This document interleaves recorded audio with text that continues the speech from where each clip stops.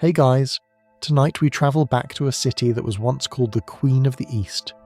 A city where the call to prayer echoed through marble courtyards, where Crusader knights paraded under golden banners, and where merchants from Venice to Damascus traded silk, incense and rumour beneath the Mediterranean sun. It's the year 1268 CE, and you are standing on the ramparts of Antioch, the great jewel of northern Syria, a place of faith, ambition and fear. The air smells of the Orontes River, of olive oil and smoke, and of too many people packed inside ancient walls that have seen better days. Beneath you, the city hums, the clang of blacksmiths, the murmur of Latin and Arabic mingling in the markets, the distant cry of a muezzin calling his people to prayer. Antioch has lived 1,000 lives, Hellenistic metropolis, Roman capital, Byzantine bastion, Crusader prize. But tonight, it feels tired. You can sense it. The same way a candle's flame thins before it dies. A wind sweeps down from the Amanus mountains. It carries dust and whispers. Talk of Baybars, the Lion of Islam, the Mamluk Sultan who has taken everything from the Crusaders but this last northern crown. He's marching north, says a fishmonger to a priest. He's burning every town along the way. The priest mutters a prayer but doesn't deny it. Everyone has heard the same rumours. On the Citadel Hill, Prince Bohemond VI paces the terrace of his palace. He's tall, blonde and only 30, but the lines on his face are carved deep by disappointment. His ancestors once led armies across the Holy Land. He can barely keep his city fed. His alliance with the Mongols, those thunderous horsemen from the east, was supposed to save Antioch. Instead, it's doomed it. The Mongols were crushed by the Mamluks years ago at Ain Jalut, and now Baybars is coming for revenge. You can see him from afar in your mind's eye, Baybars al-Bundukdari, once a slave, now Sultan of Egypt and Syria. His banner carries the image of a lion, and his army moves like a sandstorm, organised, precise, merciless. Bohemond knows he cannot stop him. He's in Tripoli, far to the south, governing what remains of his family's other holdings. Antioch is left to its garrison and its faith. As night falls, the torches along the walls flicker.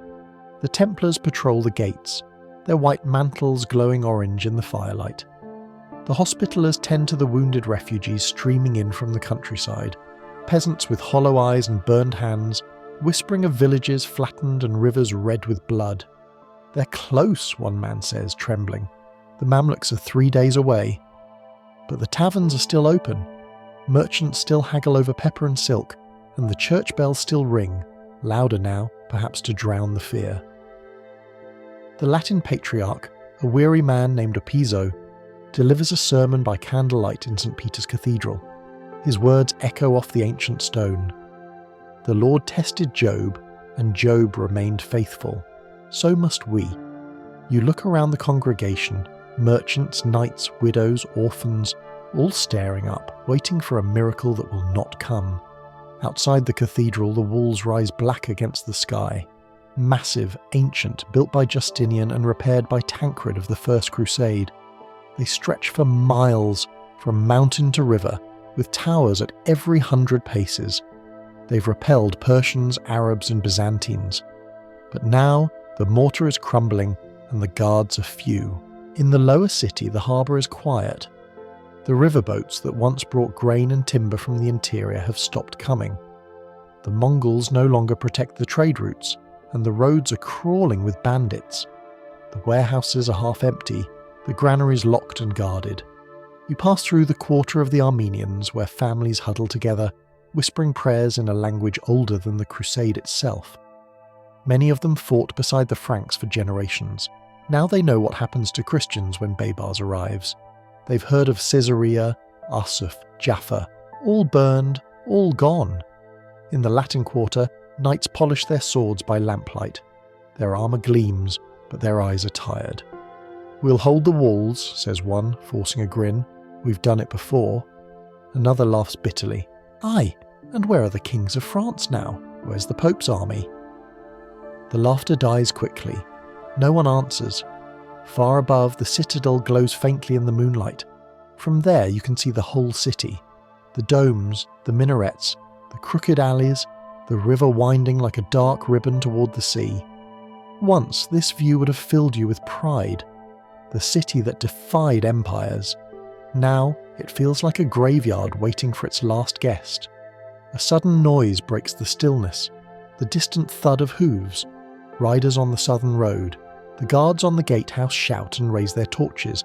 A handful of horsemen gallop in, covered in dust and blood.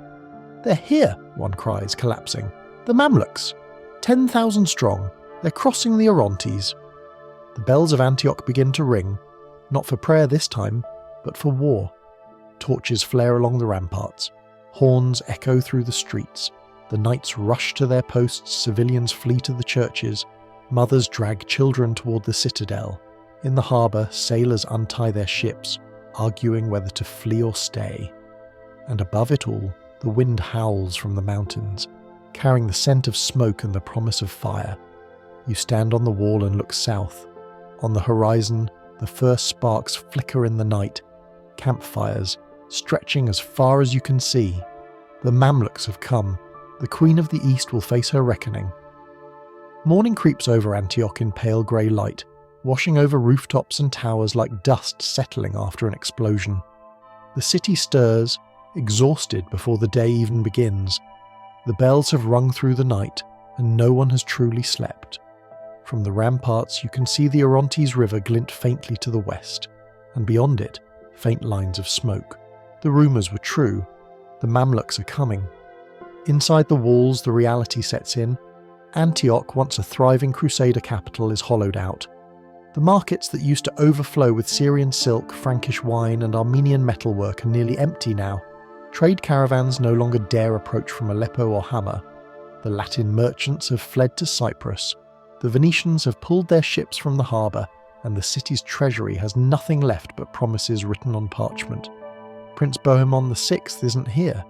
He's in Tripoli, 200 miles south, ruling what remains of his family's coastal territory. His absence weighs on everyone. The nobles mutter that he's abandoned them. The clergy whisper that perhaps it's God's will. You can almost feel the city's pulse, uneven, panicked, disbelieving. From the citadel, a messenger gallops down into the main square. His horse is foam white, his cloak streaked with mud.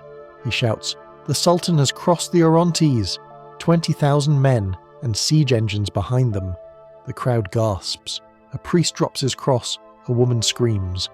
Within an hour, the city's council convenes in the Palace of the Princes, a once grand hall now echoing with fear.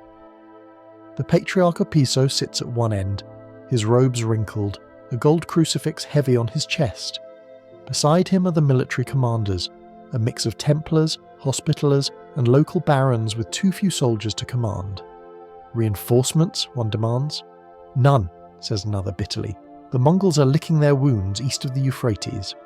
The Franks in Cyprus pretend not to hear our cries. We are alone. Patriarch of Piso slams his hand on the table. Then we fight. Antioch has stood against empires before. Persians, Arabs, Byzantines. God will not abandon his city now. But the silence that follows his words feels heavier than faith. You walk through the streets afterward and see what faith looks like when it's cornered. The black-cloaked Hospitallers organise makeshift infirmaries, laying down straw mats in churches and cloisters. The Templars patrol the walls, inspecting the towers, repairing weak points with whatever stone and timber they can find. Blacksmiths hammer late into the morning, sparks flying into the smoky air, and yet it all feels desperate, improvised. You can see it in the soldiers' eyes, that quiet, awful knowledge that they are relics defending a relic. Antioch's people are weary. Too many wars, too many broken promises. Since the First Crusade, the city has changed hands, languages and loyalties more times than anyone cares to count. Greeks, Armenians, Latins, Muslims, all have claimed it, and all have left their ghosts behind. The Crusader dream that once burned bright under Godfrey and Bohemond I has long since dimmed into ash. As you walk through the Armenian quarter, you see women carrying water, children clutching loaves of bread like treasure. Men patch roofs and board windows. In the distance, the muezzin's call to prayer rises from one of the city's mosques, a haunting reminder that even under Crusader rule, Antioch was never purely Christian. Here, the faiths mingle uneasily like oil and water, not mixing, but trapped in the same vessel. At the southern gate, Templar Captain Reynold de Margar oversees the defences. He's a man built like a siege tower, with a scar running from temple to jaw. "They'll hit the walls at St. George's first," he mutters to you. "That's where the stone is weakest." He points to the horizon, where the faint dust cloud grows thicker by the hour. "We'll give them a welcome they won't forget." You can almost believe him. Almost. By noon, the city's main square fills with refugees.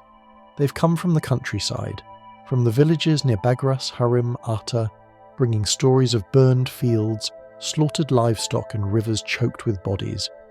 They say Baybars himself rides at the head of his army, his lion banner bright against the desert sky. "He swore to erase every cross from the land," one man sobs. He said Antioch would be his vengeance for the Mongols' raid on Aleppo. A group of priests tries to calm the crowd, but their voices drown in panic. The sound of weeping fills the square. Someone starts ringing a church bell, a wild, uneven clang, and for a moment you can't tell if it's a call to prayer or a cry for help. In the upper citadel, a scribe writes by candlelight, recording the names of those still willing to fight. He scratches each one onto a long roll of parchment. The list is shorter than anyone expected. Many knights have deserted, slipping out by night toward the mountains. Others have taken their families and boarded the last ships for Cyprus. Each morning the garrison grows smaller. As night falls, the wind shifts. You climb the ramparts again. The city below glows in faint firelight.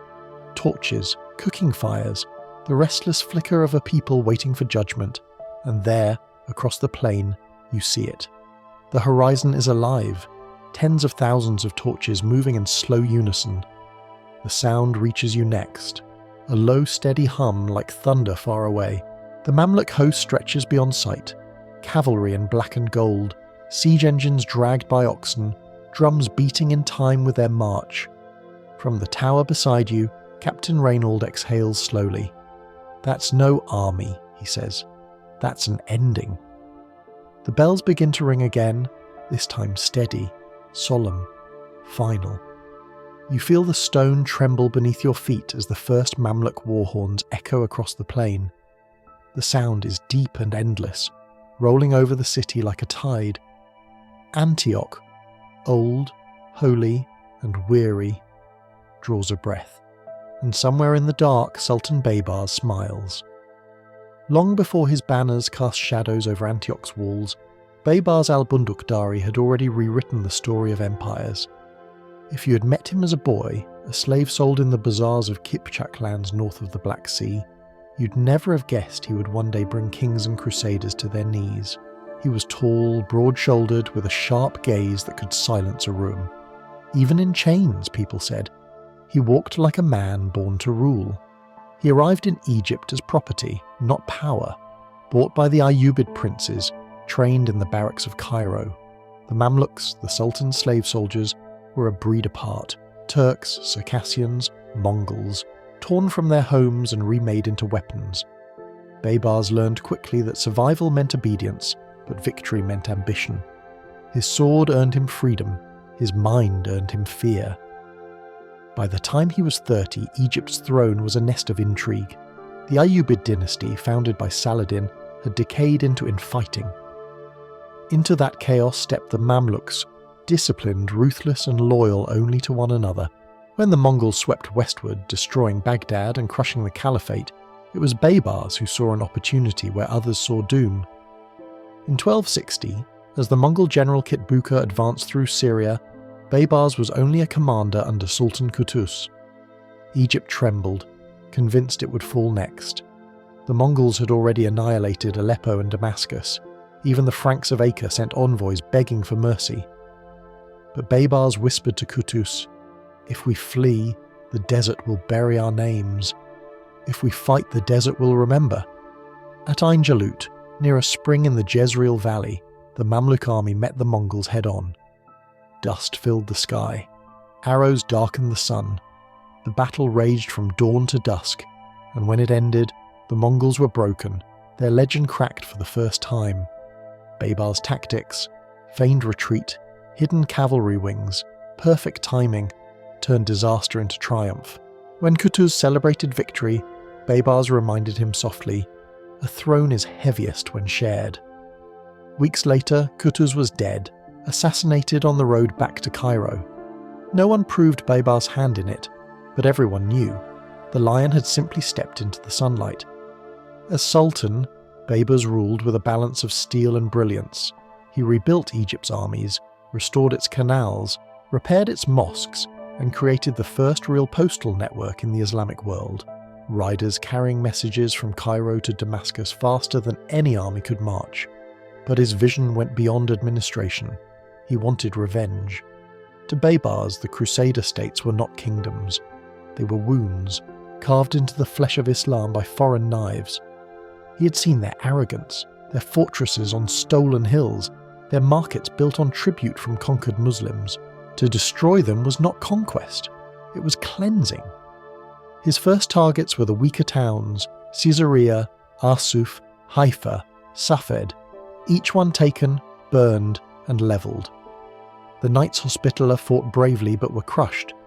The Templars retreated behind their walls and prayed their European brethren would come. They didn't. In his letters, Baybars wrote not as a conqueror but as a moral avenger. "We do not wage war for gold or for fame," he told his court. "We fight because these stones have heard the wrong prayers for too long." When his armies captured Crac des Chevaliers, that towering fortress once thought invincible, Baybars treated the surrendering knights with calculated mercy. He allowed them to leave alive, sending them west to spread his reputation. Mercy when he chose, annihilation when he didn't. Now, in 1268, his eyes turned north to Antioch, the first Crusader capital, the symbol of their beginning. To him, its fall would be the final chapter in a story that began 2 centuries earlier with the First Crusade. In his war tent outside Aleppo, Baybars studies a map of Syria by lamplight. The parchment is marked with red lines tracing the routes of his campaigns. Antioch glows at the northern edge, a single unclaimed jewel. An emir kneels beside him. "The city is strong, Majesty. Its walls are high, its people stubborn." Baybars smiles faintly. "Walls are strong only while men believe in them, and men are easy to break." He steps outside where his army stretches into the night. Tens of thousands of tents lit by torches, the smell of horses and leather thick in the air. The soldiers chant as they sharpen their blades, "Allah Akbar! Allah Akbar!" The rhythm rolls like thunder across the plain. Baybars raises his hand. Silence falls instantly. "You have broken the Mongols," he tells them. "You have taken the fortresses of the Franks. Now you will take their cradle, the place where they thought God favoured them. Let them learn he favours none who defy his will." The army roars. As dawn breaks, the banners rise, golden lions on black silk. The columns form up with perfect precision, cavalry first, then engineers, then supply trains carrying siege towers and catapults. Every drumbeat echoes off the hills. From a hilltop, Baybars watches the movement of his army and says to his vizier, "Antioch will not burn like the others. It will be erased." Behind him, the smoke of Aleppo's rebuilt walls rises into the morning air, a reminder of what he can build. Ahead, the plains shimmer with the heat of what he can destroy. The lion begins to march north. In the city that awaits him, people whisper prayers to saints who have not answered in 100 years. You stand again on Antioch's ramparts, hearing the faint, distant rhythm of hooves carried on the wind. Somewhere beyond the horizon, a slave-turned sultan rides at the head of history's judgment, and whether you believe in God or fortune or neither, you know one thing for certain. The sound of that army means the age of the Crusaders is almost over. By the time Baybars' army crossed the Oronte River, Antioch had already begun to collapse, not from siege, not from hunger, but from within. The city's walls might still be stone, but the bonds that held its defenders together were clay, soft and splitting under pressure. Once, the Principality of Antioch had been a proud cornerstone of the Crusader world. Its knights had marched beside the kings of Jerusalem, its merchants had traded with Venice, its cathedrals had echoed with Latin hymns that mingled uneasily with Greek and Armenian chants. Now, all of that unity was gone, fractured by exhaustion, arrogance, and the slow erosion of faith. You can feel it in the air as you walk the narrow streets. Every corner whispers a different language, every quarter a different allegiance. The Franks curse the Armenians for cowardice. The Armenians curse the Franks for greed. The Greek Christians keep their heads down and mutter that perhaps God is finally punishing the Westerners for their pride. Even the monks argue among themselves, Latin priests condemning the Orthodox for heresy, the Orthodox replying that Rome brought the devil to Syria disguised as a crusade. The Council of Antioch, once a body of nobles and bishops unified under the cross, has become a shouting match. Half of them want to open negotiations with Baybars. "We can pay him tribute," says one merchant lord. "Gold buys peace." The others roar back that there's no peace to buy, that surrender is betrayal. At the centre of it all stands Patriarch Piso, his face lined like old parchment. This city is a relic, he tells them, but even relics can shine before they break. He orders the bells to ring each morning for Mass, calling the faithful to prayer, though the faithful grow fewer by the day. The biggest betrayal, though, came not from within the city but from its so-called allies. When the Crusaders first captured Antioch in 1098, they did it with a mix of bravery and backstabbing. Bohemond I, ancestor of the current prince, swore loyalty to the Byzantine emperor, then promptly kept the city for himself. Ever since, Antioch's existence had depended on balancing between Constantinople, Jerusalem, Armenia, and the occasional support of whatever Western kingdom remembered it existed. Now, in 1268, that balance is gone. The Byzantines have no army to send. The Mongols, once the terrifying cavalry of heaven's wrath, are a shadow of themselves. Their defeat at Ain Jalut shattered their myth. The Mongol general Kitbuka, who once promised the Franks eternal protection, is long dead. His successor, Ilkhan Abaka, rules from faraway Persia and has little interest in dying for a Christian city on the Mediterranean coast. And so, Prince Bohemond VI, Antioch's ruler in name, sends pleas westward, letters sealed with his crest, carried by desperate messengers to Cyprus, Genoa, Venice, even Rome. His words are simple: the Lion of Islam marches north. If Antioch falls, so falls the last light of the crusade. Weeks pass, months. No fleet sails, no banners rise. In Cyprus, King Hugh weighs the cost of war against the profit of trade and chooses coin over salvation.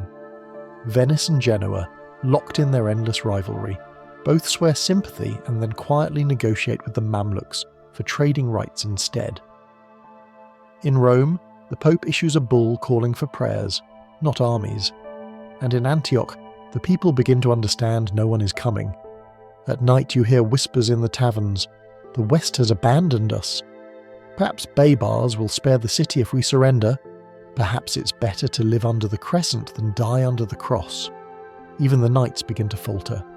In the barracks near St. Paul's Gate, a young Templar mutters, "We bleed for men who drink wine from gold cups while we die on borrowed stone." His captain smacks him across the face. "Hold your tongue." The walls are listening, but the bitterness lingers. Beyond the walls, the Armenian kingdom of Cilicia, Antioch's only nearby Christian ally, trembles. Its ruler, King Hethum I, had once allied with the Mongols, believing their victories would protect his lands. Now, with the Mongols in retreat, Hethum's realm lies exposed. Baybars has already taken Missis and Tarsus, burning as he goes.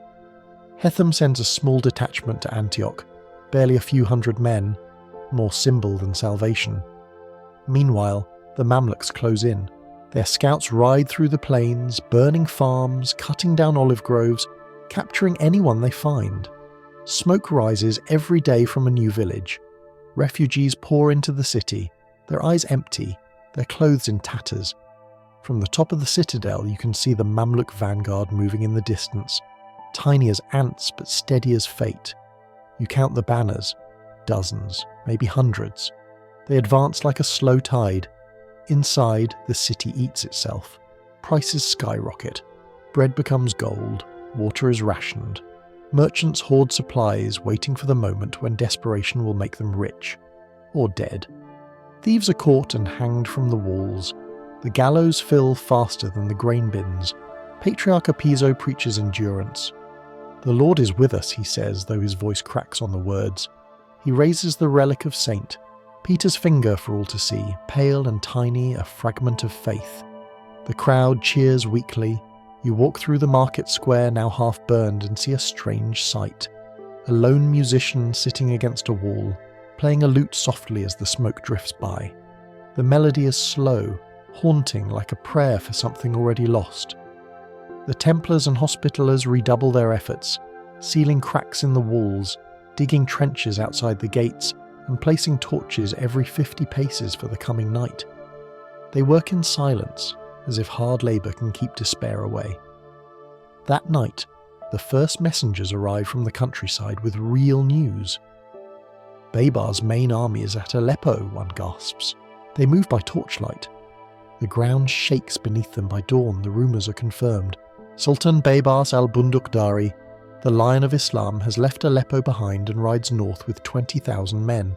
Cavalry, engineers, archers and catapults that can hurl stones the size of oxen. His letters have already gone ahead to Antioch, carried by riders under white flags. The message is simple: you have seen what became of Caesarea and Safed. Surrender, and you may live. Resist, and you will join them. The council meets again. There is no agreement. Some call for surrender, others demand resistance. Voices rise, fists slam, and finally Patriarch Apiso shouts above the noise, "If this city falls without a fight, the angels themselves will weep for shame." No one answers him, but no one argues either. Outside, the horizon glows faintly red. The wind shifts, bringing with it the distant hum of thousands of hooves, rhythmic, endless, patient. In the stillness that follows, the bells of Antioch begin to ring again, not for faith or hope this time, but for defiance. A sound to remind the world that even abandoned, even broken, the city still remembers what it means to stand. You look south. The dust cloud is larger now. The lion is near. By the time the dust of Baybars' army appeared clearly on the southern horizon, Antioch had already begun to lose something far more vital than soldiers or supplies: its faith. Not just in God, but in purpose, in leadership, in itself. A city that once marched under the banner of heaven now trudges through days that feel like slow dying. The churches still hold mass, yes, but fewer people come. The patriarch, gaunt and sleepless, still lifts the relic of St. Peter before the trembling crowd, but even his voice sounds uncertain now, brittle as parchment left too long in the sun. You watch the worshippers kneeling on cold stone, lips moving silently, eyes darting toward the windows at every echo from outside the walls. They are not praying for victory anymore. They are praying not to be next. Down in the market square, faith has become another thing to sell. A monk hawks splinters of the true cross beside a fishmonger selling rotting eels. Women clutch amulets, rosaries, or scraps of parchment with Latin prayers written by trembling hands. An old beggar cries out, "God's wrath comes for liars and princes alike," until a guard silences him with the butt of a spear. The people don't react. They've stopped looking up when the screams start. In the narrow Armenian quarter, smoke curls from cooking fires that burn not wood, but furniture.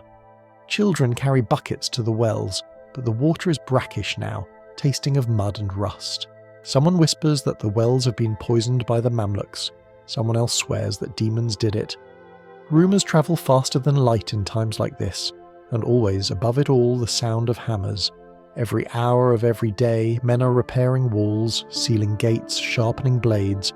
You can't walk 10 paces without hearing metal strike stone. It's not hope, it's fear disguised as duty. The Templars guard the gates. They no longer speak to civilians. Their eyes are hollow behind their helmets. The Hospitallers patrol the streets, not to heal but to keep order, pulling bodies from alleys, dragging deserters back to the citadel. The gallows at St. Paul's Gate now hold 5 men. Tomorrow there will be 6. Even the nobles have begun to quarrel openly. Lord Simon of Toron, who commands one of the city's towers, refuses to take orders from the Templar Marshal, claiming his men answer only to the prince. The Templar responds by sealing the gates to Simon's quarter.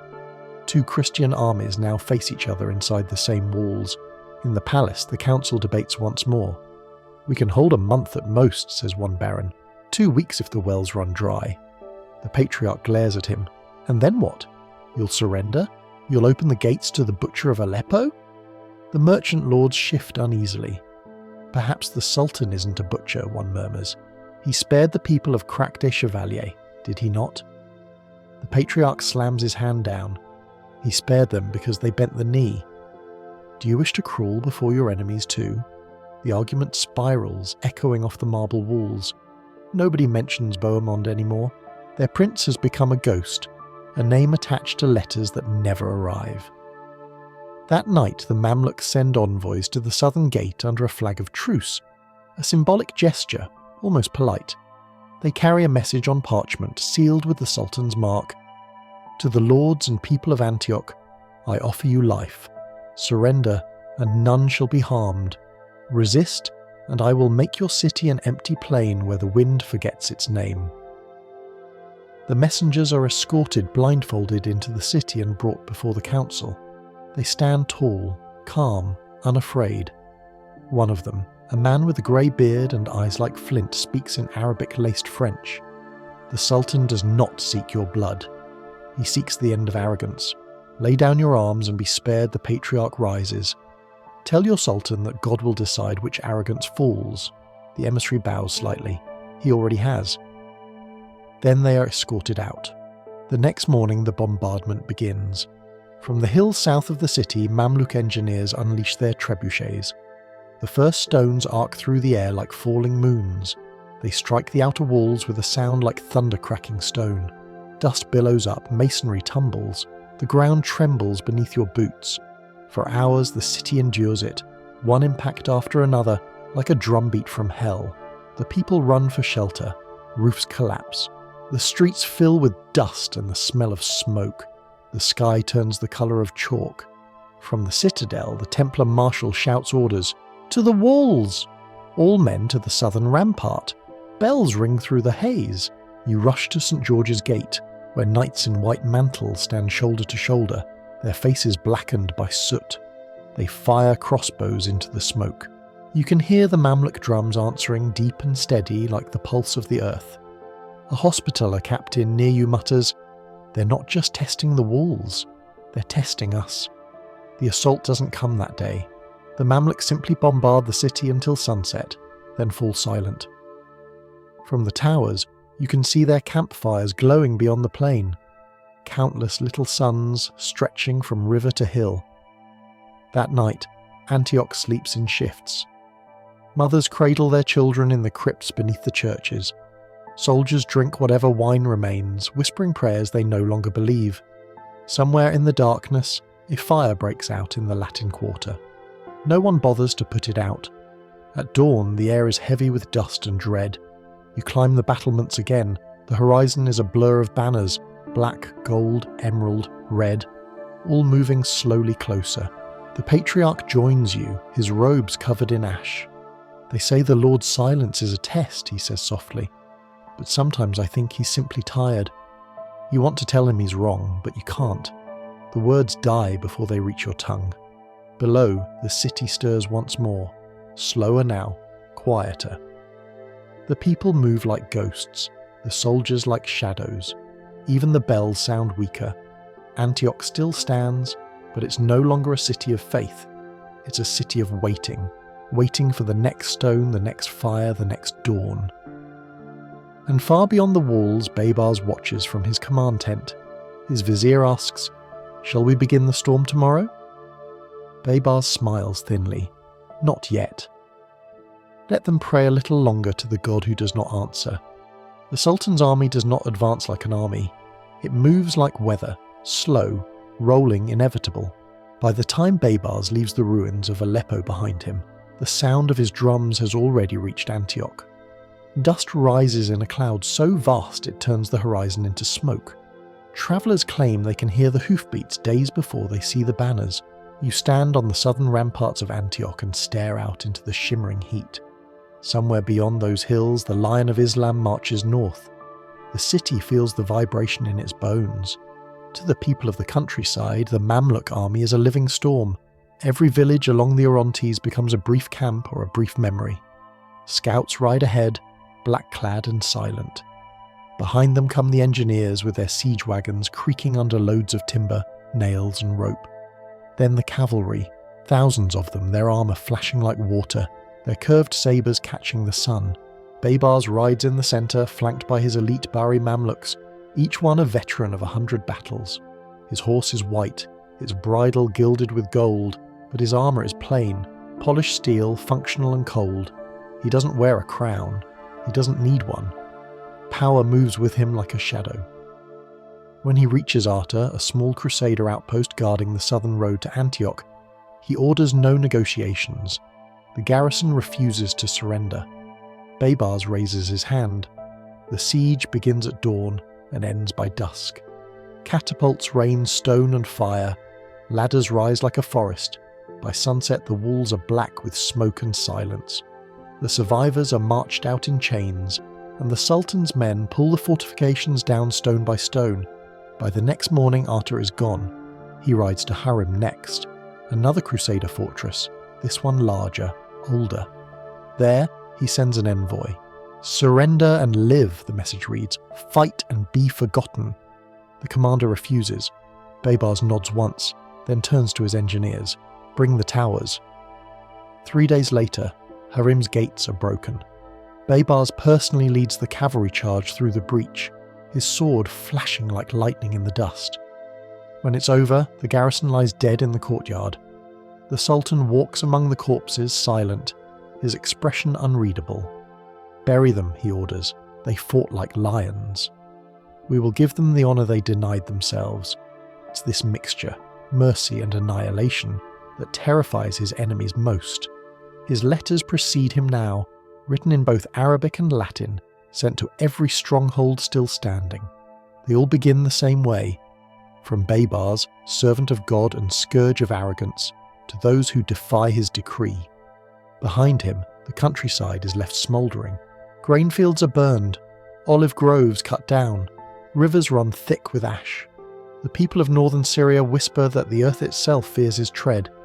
He camps at Baybars, the old Templar fortress near the Amanus Mountains, only 2 days' ride from Antioch. The walls here still bear the red cross of their builders, but the garrison has fled. The gates swing open to him without a fight. He orders the cross torn down and replaced with the crescent. Then, as if satisfied that justice has been restored, he prays. You can almost imagine it. Baybars kneeling on the stone floor of a chapel, once consecrated by Crusaders, now reclaimed as a mosque. His voice is quiet, steady. He prays not for victory, that he already assumes, but for permanence. "Let our enemies forget their claim to this land," he murmurs. "Let their children forget they ever ruled here." His army rests at Baybars for one night only. At dawn, the trumpets sound again. The men mount up and the columns begin to move. The soldiers' armour glints in the morning light like scales on a living creature. The Mamluk standard, the black banner with its golden lion, leads the way. In Antioch, the watchmen on the walls finally see it. A faint, dark line moving along the southern plain. Then another. Then more. "They're here," someone whispers. By midday, the horizon blooms with colour. The banners of the Mamluk emirs, each marked with its own emblem. Crescents, hawks, swords, suns. The war drums begin to thunder. The sound rolls over the plain and into the city, shaking windows, echoing through the streets. It feels less like an army arriving and more like the heartbeat of something ancient waking up. Inside the walls, panic spreads. Refugees from the countryside pour into the gates. Their clothes are scorched, their stories worse. "He leaves nothing," one man gasps. "He burns the land so that even the ghosts starve." The patriarch orders the city's relics brought to the cathedral. The bones of saints, splinters of the cross, chalices of silver, anything that might invoke divine protection. The streets fill with the smell of incense and fear. From the citadel, the Templar marshal watches the Mamluk host setting up camp across the plain. It seems endless. Rows upon rows of tents, siege engines being assembled, horses tethered in neat lines. He grips the battlement so hard his knuckles turn white. "So many," he whispers. "God above, so many." At sunset, the Sultan's tent rises, a vast pavilion of blue and gold, its peak crowned with a gilded finial shaped like a lion's head. When the last light of day hits it, it glows as if on fire. That night, Baybars summons his commanders. The tent fills with men of every rank: emirs, engineers, scribes. He listens as they describe the city's fortifications: thick walls, double gates, a citadel built on Roman foundations. One of them hesitates. "It will not fall quickly, Majesty." Baybars doesn't look up from the map spread before him. "No city does," he says calmly, "but every city falls."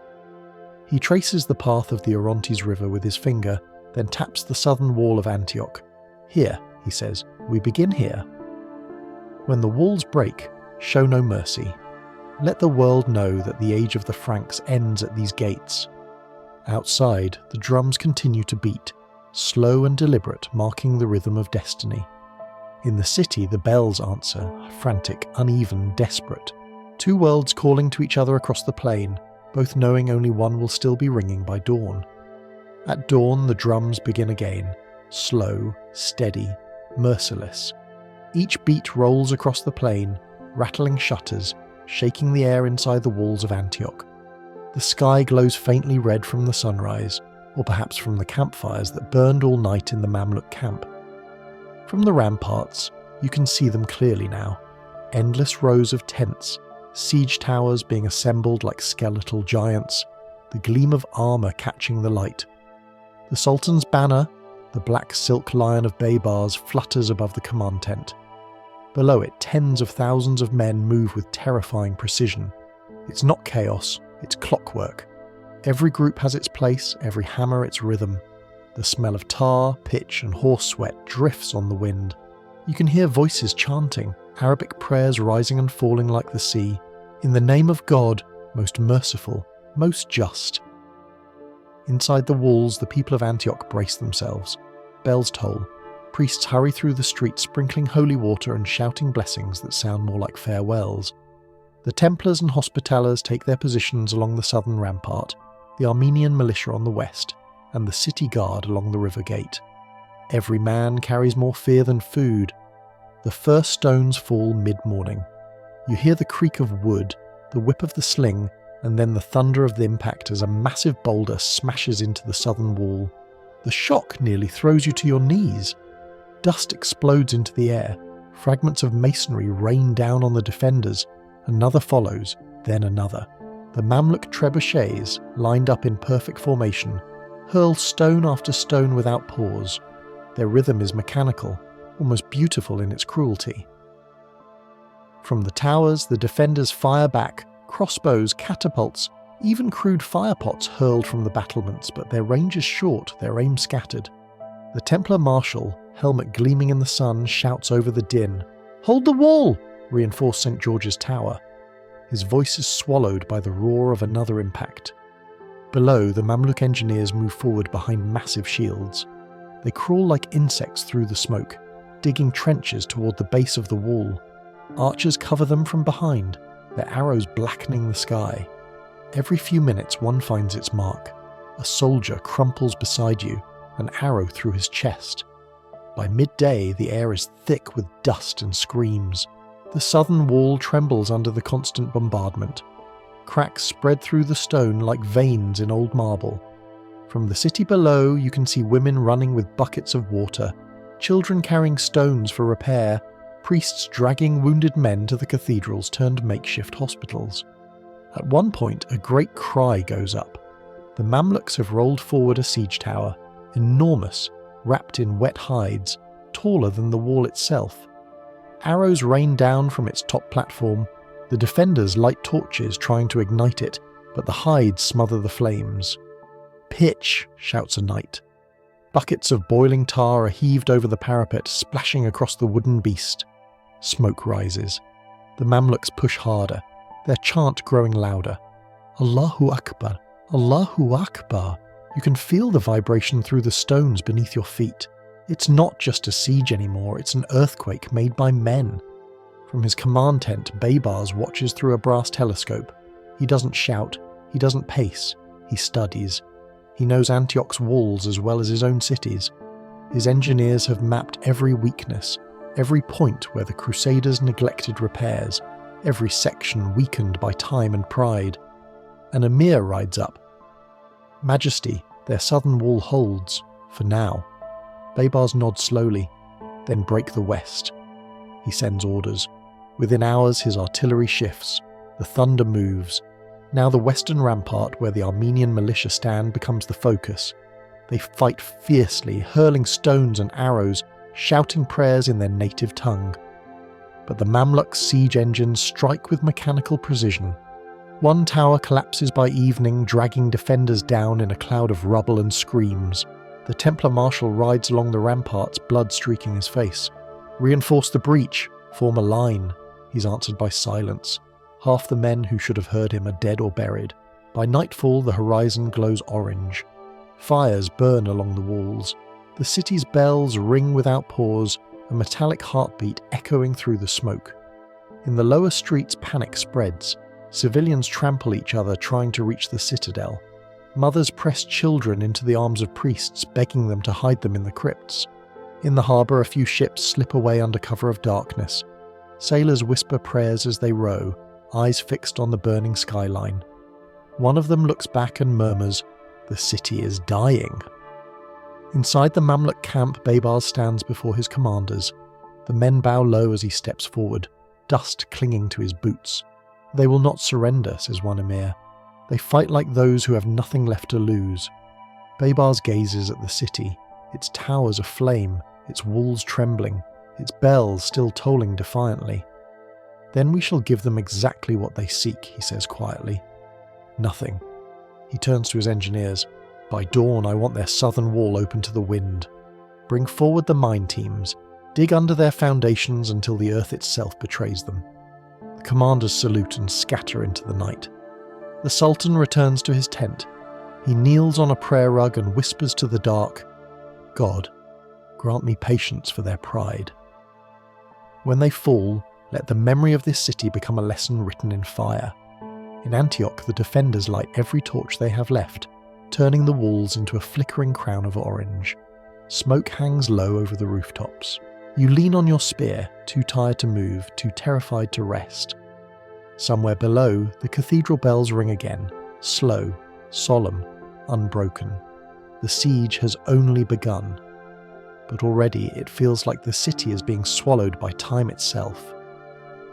The night wind carries two sounds across the plain, the muffled cries of the dying and the relentless beat of Mamluk drums, steady, patient, and absolute.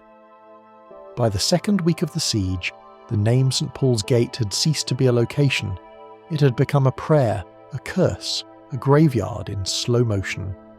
Every man in Antioch knew that if the gate fell, the city would follow. And so, day after day, they fought there. Knights, townsmen, even monks with rusted swords and trembling hands, fighting not for glory or for Christendom, but simply to buy one more sunrise. The southern wall was already cracked and smoking from the constant bombardment. The Mamluk trebuchets never rested. You could hear them day and night, the creak of ropes, the thump of counterweights, the hiss of stone through air, the crash of impact that shook the ground like thunder underfoot. The sky above the gate was never clear. It was filled with dust, smoke, and shards of lime. You stand shoulder to shoulder with men who haven't slept in days. Your armour is stiff with sweat and ash, the air taste of iron and despair. When the next rock hits, the wall groans, dust explodes outward, and someone shouts, "Brace it! Brace it!" Men scramble forward with timber beams and sacks of sand, patching the crack with anything they can find. Below, the Mamluks are moving. You see them through the haze, lines of armoured soldiers forming up behind their shields. Archers kneel, bowstrings taut, waiting for the signal. Behind them, ladders rise like skeletal trees. The Templar Marshal, his voice hoarse and broken, walks the line. "No retreat," he says simply. "We hold, or we die." A few men laugh, the dry, hopeless laughter of men already dead. One mutters, "What's the difference?" The Marshal doesn't answer. He lifts his sword toward the gate. "Then let's make dying cost them something." The Mamluk horns blare. The first wave surges forward. Hundreds of men, shields locked, moving as one. Arrows hiss from both sides. The air becomes a swarm of iron. You loose your own bolt and watch it vanish into the mass. For every Mamluk that falls, two take his place. Then the battering ram appears, massive, sheathed in iron, pushed by dozens of men under a canopy of wet hides. It rolls toward the gate like some monstrous animal. Every strike lands with a hollow boom that vibrates through the stone beneath your feet. "Oil!" a knight shouts. A cauldron tips. Boiling liquid pours over the ram and the men pushing it. Their screams rise through the smoke, terrible and brief. The ram burns, the canopy blackens, but another takes its place within minutes. The Mamluks are relentless. From the corner of your eye you see Hospitallers rushing up the stairs with crossbows and barrels of stones. They move in pairs, covering one another, disciplined even now. When the next wave of attackers reaches the base of the wall, the Hospitallers push a heap of stones over the parapet. It crashes down in a single thunderous avalanche. Still, they come. Hours blur together. Blood pools in the cracks of the wall, mixing with rainwater and ash. The heat of the day turns the air into a furnace. You drink what little water remains and it tastes of dust and salt. The men beside you cough black soot. By mid-afternoon, the outer gate begins to split. The hinges shriek. A beam snaps. The marshal calls for reinforcements, but there are none left to send. Every man in the city is already at a wall, a tower, a breach. The Armenians at the western rampart are holding by sheer miracle. The Latin militia at the harbour gate are running low on arrows. Then you hear it, a deep rumble beneath your feet. Someone shouts, "They're mining the wall!" The Mamluk engineers have dug tunnels beneath the foundations, filling them with pitch and timber. Within moments, fire bursts from a fissure near the gate. The ground cracks open, swallowing part of the wall. A great roar goes up from the enemy lines. The marshal shouts, "Fall back to the inner gate! Fall back!" You run with the others, choking on dust as the southern wall collapses behind you. The noise is deafening, a sound like the earth itself tearing apart. Through the smoke you see daylight where stone used to be. The Mamluks surge through the breach. The first defenders to meet them are the Templars. They fight like men possessed. One knight, his arm already bleeding, swings his sword in wide arcs, cutting down 3 men before he's buried under 10 more. Another, wounded and crawling, ignites a barrel of oil at his feet, taking himself and a dozen enemies with him. At the edge of the chaos, the Patriarch of Piso appears, holding high a silver cross. "Hold the gate," he cries. "The Lord is with you!" An arrow takes him in the shoulder. He doesn't fall. He grips the wound, raises the cross higher, and screams until his voice breaks. The men rally to him for a few precious moments, driving the attackers back from the inner gate. But Baybars' army is endless. For every man you kill, 10 step over his corpse. The breach becomes a river of bodies, living and dead tangled together. The air reeks of sweat, blood, and burning wood. By sunset, the ground beneath the gate is slick with crimson. You can't tell who's winning anymore. You swing your sword, reload your crossbow, shove, curse, pray. Somewhere a Templar horn sounds, the signal to fall back again. You retreat to the second wall, climbing the narrow stairs 2 at a time. When you glance back, the gate is gone. Only smoke and flame remain. The Mamluk banners now wave from the breach. Trumpets blare in triumph. From his command post, Baybars watches in silence. When his vizier says, "Majesty, the first wall is ours," the Sultan simply nods. "Good. Let them rest tonight. Tomorrow the lion feasts in the city night falls over Antioch. The defenders collapse where they stand, too exhausted to move. You sit against the cold stone, eyes burning from smoke, ears still ringing with the sound of the ram. Somewhere nearby, a Hospitaller hums a hymn under his breath, soft and broken. The city has lost its outer wall, but still it breathes. You can feel it. Shallow, laboured, but alive. For now. Far beyond the walls, the Mamluk drums start again, low and slow, like a heartbeat under the earth. You close your eyes. The next sound you hear will be dawn, and with it the next assault. The night after the fall of the outer wall is the longest in Antioch's 1,000-year memory. The fires burn without end, staining the sky red and gold, and the smoke settles thick over the city like a shroud. Every corner smells of soot and blood. Every shadow looks like an omen. Inside the walls, people no longer speak in full sentences. They whisper, mutter, gasp. The bells of St. Peter's ring once every hour, not to mark time anymore, but to remind the survivors that they're still alive. Barely. You walk through streets that no longer feel like streets. Rubble blocks the alleys. Half the buildings are cracked open like eggs, their interiors spilling into the night. The Hospitallers drag wounded men into the cathedral, its nave now an infirmary. The marble floor, once shining, is blackened and slick with blood. Priests tear altar cloths to make bandages. Candles flicker beside the dying. You pass a group of Templars huddled near a cistern, armour stripped off, their faces grey with fatigue. One stares at his sword as if it's a stranger. Another murmurs a prayer in Latin over and over, as though repetition alone could hold back dawn. At the gate, a boy no older than 12 stands guard with a spear too heavy for him. His hands tremble, but his eyes are empty.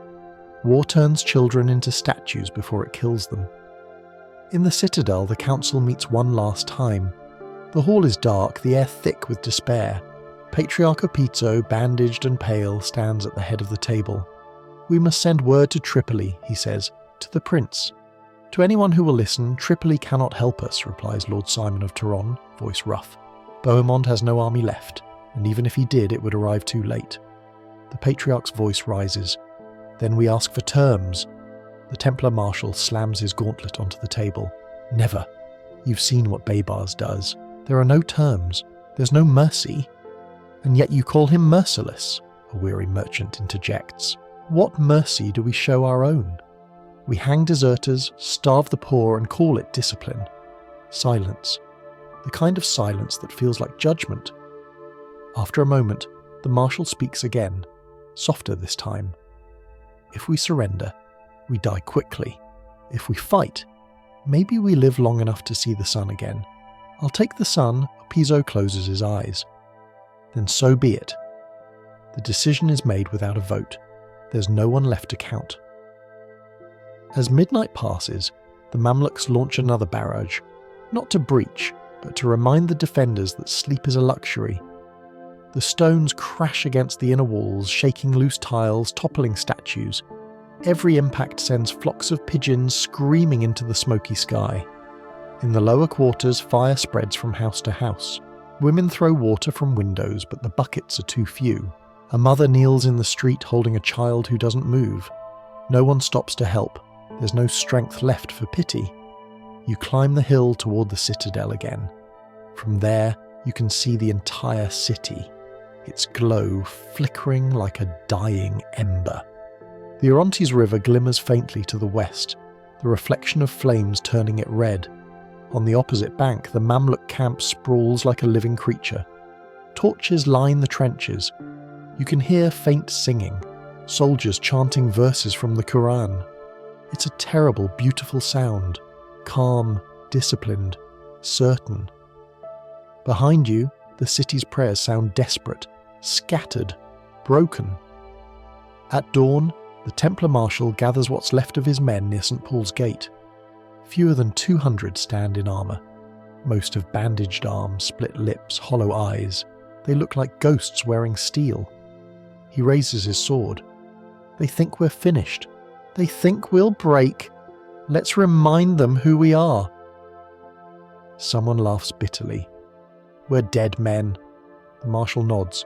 "Aye, so let's die properly." When the next Mamluk assault begins, they meet it head on. Arrows whistle, stones crash, fire hisses. The Templars hold the breach like a dam against the tide. Behind them, civilians flee toward the inner fortress, clutching bundles of food, children, relics, whatever they can carry. The Patriarch, wounded arm bound in linen, moves among them, blessing each group as they pass. "God watches," he whispers to a woman weeping over her son. "He must." You're not sure he believes it. By midday, a rumour spreads through the ranks. Baybars has offered one last chance. His envoys ride again to the gates bearing banners of truce. The message is brief, written in precise, elegant Arabic. "You have fought bravely. You have proven your devotion. But God has decided. Surrender before sunset, and I shall grant you life. Resist, and the sun will rise on no living soul within your walls, the council argues. The marshal says the sultan lies. The patriarch says perhaps this is mercy disguised as doom. The people, what's left of them, don't care. They just want the noise to stop. Evening falls with no answer. The Mamluks light their siege fires again.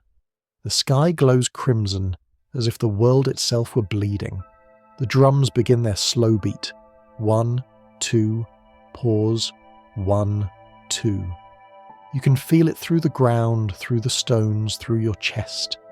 The night is restless. No one sleeps. The city hums with whispers, prayers, sobs. Somewhere a harpist plays a few trembling notes. Somewhere else a man screams as the walls crumble near the market quarter. When dawn comes, it brings no light, only smoke and silence. And in that silence something breaks. The people no longer believe in miracles. They no longer believe in knights or relics or redemption. But still they hold swords, still they climb the walls, still they wait for the next assault. Not because they believe in victory, because they don't know how to do anything else. Inside the Mamluk camp, Baybars finishes his morning prayer and mounts his horse. His commanders bow. "Shall we give them another day, Majesty?" The Sultan looks toward the city, his expression unreadable. "No," he says simply, "it is time." The order passes down the line like lightning through dry grass. The drums quicken, the siege towers roll forward, the storm begins anew. And from your place on the walls you can see it. The end of everything you've ever known marching closer with every beat. The dawn of May 18th, 1268, begins like no other, quiet, breathless, false. For a moment the sky over Antioch glows gold and pink, soft as a painter's touch, and the city almost looks peaceful. But beneath the light, the ground is trembling. You feel it through the soles of your boots, a slow vibration building in rhythm with the Mamluk drums far beyond the southern wall. The Templar Marshal stands beside you, eyes fixed on the haze of smoke rising over the plain. His beard is crusted with ash, his armour cracked from yesterday's blows. "This is it," he says simply. You nod because there's nothing left to say. Everyone knows. This isn't another day of siege, this is judgment. From the ramparts, the sight is impossible to forget. The Mamluk army stretches to the horizon, banners snapping in the morning wind, shields flashing like scales in sunlight. Thousands of cavalry form up behind ranks of infantry. Siege towers creak forward on wheels wrapped in oxhide. Catapults rise like skeletal giants, their slings already loaded with stones and flaming pitch. At their centre, mounted on a white horse, sits Sultan Baybars, the lion of Egypt and Syria, the scourge of the Crusaders, the living terror of every Frankish dream. His armour gleams, his black and gold banner unfurls behind him, and even at this distance you can sense his calm. To his men, he is not just a ruler, he is inevitability given flesh. A trumpet blast splits the air. The drums quicken. The first volley comes in a single synchronized thunderclap. The sky darkens under a swarm of stones and arrows. The walls of Antioch groan, splinter and scream. Masonry flies. Shards of stone slice through men as easily as paper. The Templars return fire with their mangonels, but their smaller engines barely make a dent. Then the towers begin to move. You can hear their wheels grinding against the earth, hear the rhythmic chant of Mamluk engineers pushing them forward. Allahu Akbar, Allahu Akbar. Each tower is a mountain of wood and hide, covered in wet cloth to resist fire. Arrows pour down from their upper decks, raining death on the battlements. "Archers!" the marshal bellows. "Light the pitch! Aim for their wheels!" Flaming arrows streak across the sky, hitting their target, but it's too little, too late. One tower catches fire, burns briefly, then collapses in a pile of charred wreckage.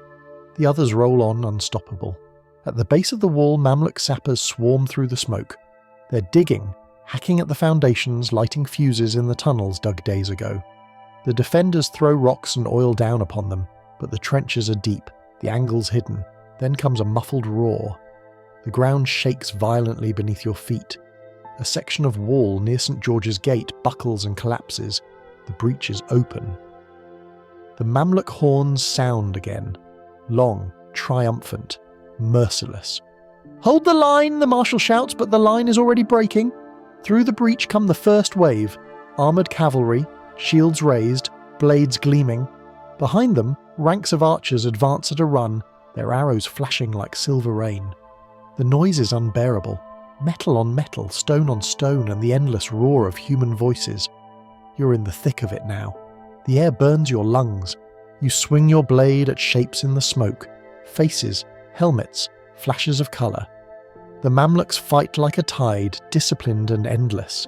They move as one, cutting down the exhausted defenders with grim efficiency. At your side, a hospitaller fights bareheaded, his white surcoat black with soot. He cuts down one enemy, then another, then takes a spear through the ribs. He falls without a sound.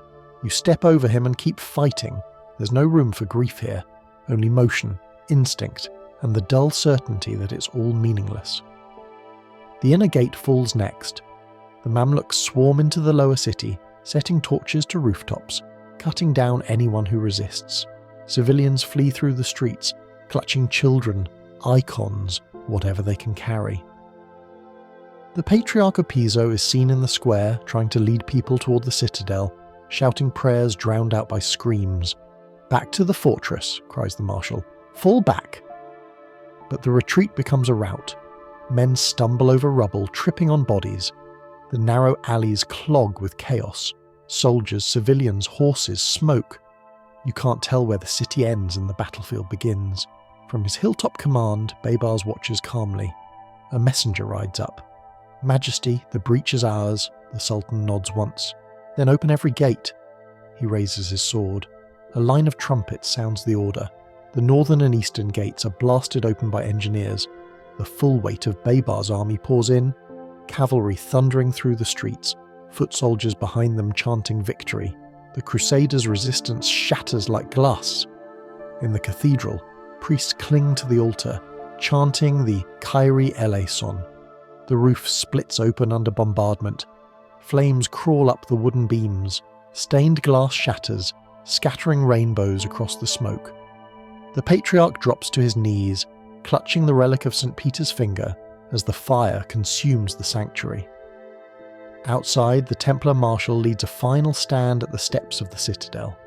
His armour is black with blood. "For Antioch," he roars. His men charge, a dozen against hundreds. The clash is brief. The Marshal is struck by a mace, his helm dented inwards. He falls, the sword still in his hand. By noon, it's over. The city that once defied empires lies open to the sun. The streets run red, and the air hums with flies. The Mamluk banners rise over every tower. Sultan Baybars rides through the southern gate at the head of his army. He does not gloat, does not shout. He dismounts at the marketplace, the same square where the Crusaders once proclaimed their own victory 2 centuries earlier. He looks around slowly, then speaks to his generals. 200 years ago they came here claiming to free this land. Today it is free. He orders a herald to call out to the survivors. Those who lay down arms shall live. Few believe it, but a handful come forward. They are spared, barely. The rest, soldiers and citizens alike, vanish into the flames. As the sun dips behind the mountains, the Sultan stands on the wall of the citadel, gazing out at the Orontes River. The reflection of fire ripples across the water. "Write to Bohemond," he tells his scribe. "Tell him what his faith has cost him." The scribe dips his pen. Baybars dictates slowly. "Know, O Prince of Antioch, that your city has fallen. Not a church stands unbroken, not a stone unblackened. I spared your wife and daughters out of honour for their weakness. But the men who trusted your name, they met God today. If you doubt me, look east. You will see the smoke. The letter is sealed with black wax and sent by courier before nightfall." The Sultan turns to his generals. "Let the fires burn till morning," he says, "so that the sea itself remembers." And so they do. That night the horizon glows red, a burning wound in the heart of Syria. The city of Antioch, once the proudest of the Crusader states, is gone. The smoke hangs heavy over Antioch as if the sky itself mourns. The city below is a furnace, burning homes, collapsing towers, streets glimmering with molten light. But high above it all, the citadel still stands, an island of stone clinging to the last breath of defiance.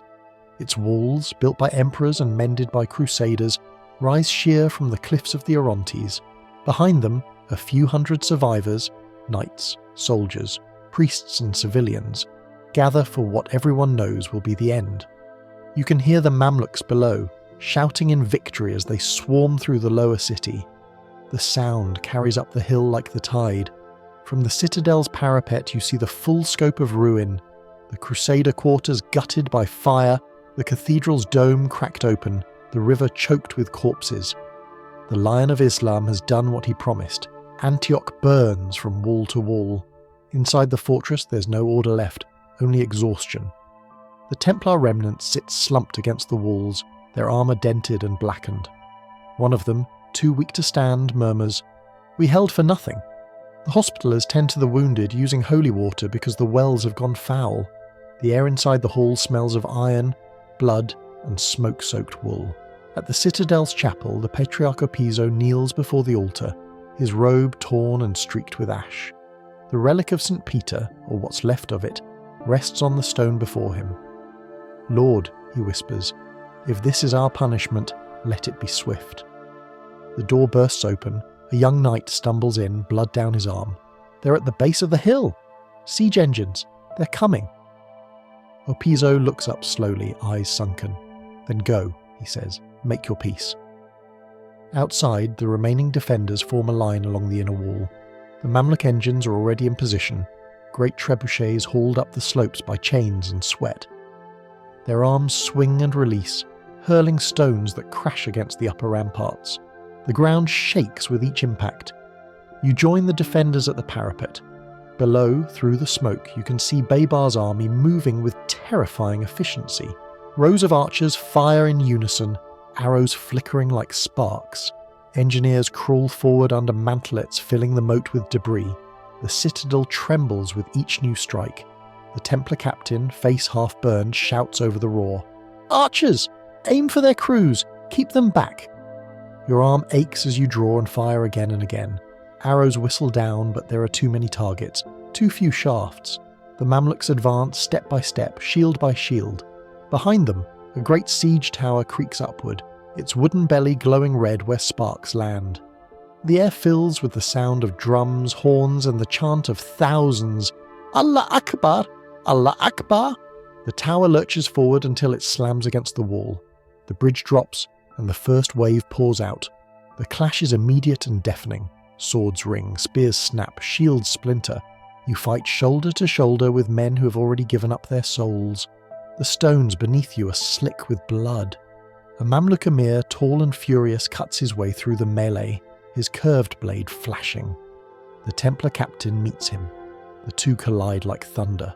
Their swords clash again and again, sparks flying with each strike. Then the Templar slips on blood, and the emir drives his sword through his chest. He falls with a groan, eyes rolling back toward the burning city below. The defenders are pushed back yard by yard. The Hospitallers, forming the last reserve, charge down the stairs, their black surcoats fluttering like ravens. They crash into the Mamluk vanguard and hold them, for a moment. You hear someone shouting, "To the inner gate!" Fall back to the hall. The survivors retreat again, dragging the wounded behind them. The gate slams shut, barred with a beam thicker than a man's waist. For a brief, unreal silence, you can hear the wind. It carries the scent of smoke and salt, the sea beyond the Orontes, indifferent as ever. You look out from a broken window and see Baybars himself at the base of the hill, surrounded by his guards. Even from here, his composure is unbroken. He might be inspecting a monument rather than orchestrating an apocalypse. A messenger rides up the slope, waving a white flag. He stops just beyond bowshot and calls out in French, heavily accented. The Sultan offers mercy to those who lay down their arms. A wounded knight spits over the wall. "Tell your master we've no arms to lay down." The messenger shrugs, bows, and rides back. Moments later, the bombardment resumes. The citadel gate shudders under the blows of a battering ram. Every strike sounds like the tolling of a great bell. Boom, boom, boom. The defenders brace it with timber, with their own bodies if need be. The hinges groan, splinters fly. Then, without warning, the wall to your left explodes inward, a mine dug from below. Dust blinds you. When it clears, daylight streams through a jagged hole. The Mamluks surge through. The last stand begins. You find yourself fighting in the grand hall, beneath frescoes of saints that now drip soot. The floor is littered with corpses. The light comes only from fire. The air is thick and hot enough to burn the lungs. The patriarch appears one last time, carrying the cross aloft. "In the name of God!" he cries. For a moment the sight steadies the men. They rally, driving the Mamluks back a few steps, but an arrow takes the patriarch in the chest. He staggers, clutching the shaft, and falls without a sound. The cross clatters from his hand, spinning once before landing in the blood, and with that, it ends. The line breaks. The Mamluks flood the hall. Some defenders throw down their weapons, others fight until they're cut down where they stand. The cries of the wounded echo off the stone until even the echoes fade. When it's over, Baybars himself enters the citadel. His boots crunch on the debris. He walks past the fallen without expression, stopping before the altar of the chapel. He looks down at the broken relic, the finger bone of St. Peter, cracked and stained with ash. He turns to his vizier. "There," he says. "That was their strength," he pauses, "and that was their mistake." He orders the citadel cleansed, the corpses buried, the walls levelled to the foundations. "No Crusader shall ever stand here again," he says. Outside, the flames still rise. The air hums with heat and victory. The citadel of Antioch, once called impregnable, lies silent. From the river below, the reflection of its final fire ripples across the black water, and the wind carries with it the sound of collapsing stone, the sigh of an empire exhaling its last breath. No one knows the exact moment when the slaughter began, only that once it started, it did not stop. The fall of the citadel shattered the last fragile thread of restraint. The Mamluk army, having stormed through 2 weeks of siege and fire, now poured into Antioch like water through a broken dam. What had been a city became a harvest field for vengeance. You stand amid it, dazed, half deaf from the roar of collapsing towers. The streets run like rivers, not of water, but of bodies. Smoke rolls through every alley, thick and choking, carrying the smell of blood and burning wood. Roofs crumble, glass melts in church windows, bells clang from towers that no longer have walls to hold them. The Mamluks sweep through the quarters in disciplined lines. This is not chaos. This is retribution delivered with precision. They move from house to house, cutting down anyone who resists, taking prisoners, torching anything bearing a cross. The old cathedral, once crowned with gold mosaics, now burns like a lantern. Its spire falls at noon, shattering the plaza below in a cloud of sparks. The Templars are gone, wiped out in the citadel. The Hospitallers, what few remain, fight in small knots near the marketplace, blades red to the hilt. Their courage buys minutes, not mercy. The Armenians, huddled in their quarter, are found and slaughtered. Their wooden churches collapse in smoke and screams. You pass through the Latin quarter and see knights and merchants dragged from their houses. The men are cut down, the women and children taken. The Sultan's order is clear. The city is to be emptied, its people enslaved or executed, its memory erased. By afternoon, the air is heavy with ash. The sun itself looks red, blurred behind the haze.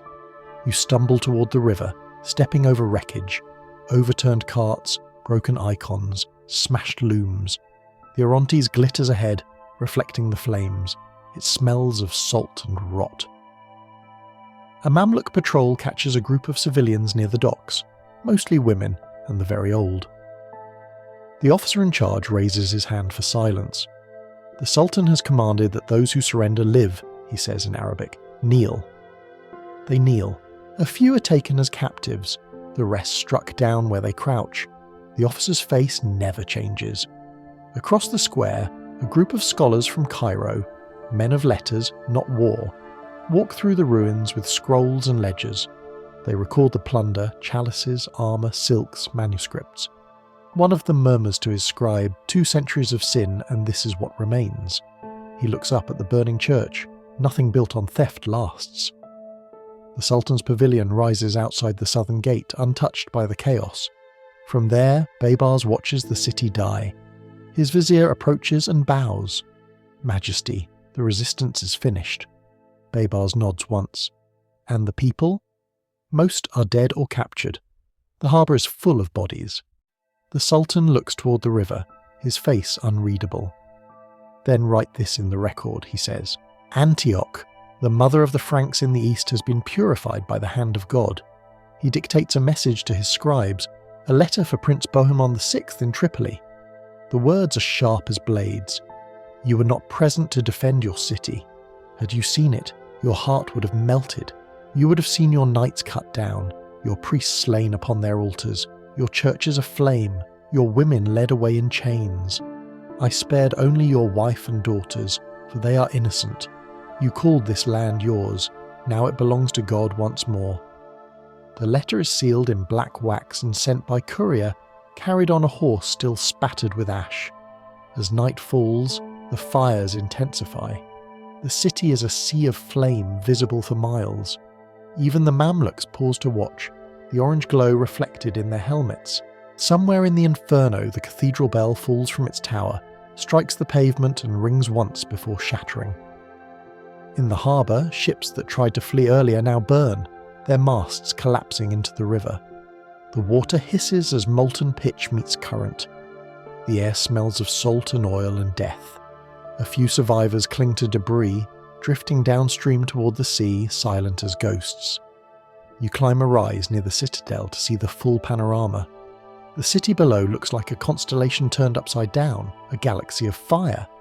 Even now you can trace its ancient streets in the pattern of the flames. The forum, the market, the long avenue that once led to the Golden Gate. They're all lines of light now, burning away the map of a civilization. Behind you, Baybars rides slowly through the ruins, flanked by his guards. He halts before the main square, dismounts, and walks to the centre. The ground beneath him is hot, smoking. He looks around, takes a deep breath, and speaks softly, perhaps to himself, perhaps to God. This, he says, is what happens when men mistake conquest for faith. No one answers. The crackle of fire is the only sound. He orders the call to prayer. A muezzin climbs the half-ruined minaret of what was once a Crusader church. As the first notes of Allahu Akbar echo over the ruins, the Sultan closes his eyes. For the first time in 2 centuries, the call to prayer rises over Antioch uninterrupted. And yet, even in victory, there is no joy. Only the low hum of exhaustion, the whisper of ghosts in the smoke. By morning, the fires begin to die, leaving the city a blackened skeleton.